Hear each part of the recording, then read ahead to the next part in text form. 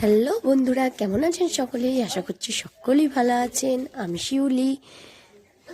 তো আজকে দেখুন কি অবস্থা, সকালবেলায় ঘুম থেকে উঠি কি দেখছি, দেখুন কুয়াশায় চারদিকটা ঘিরে দিয়েছে, অন্ধকার পাড়া হয়ে গেছিলো চারদিকটা সকালবেলায়।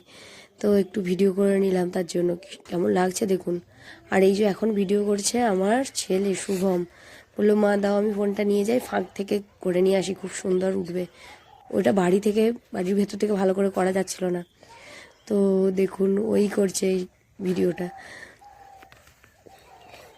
দেখুন কেমন এইখানে বাড়িগুলো আছে বলে কুয়াশাটা ধাক্কা খেয়ে এখানে আটকে গেছে, তার জন্য এগুলো দেখতে পাওয়া যাচ্ছে পরিষ্কারভাবে, সামনেটাও দেখতে পাওয়া যাচ্ছে।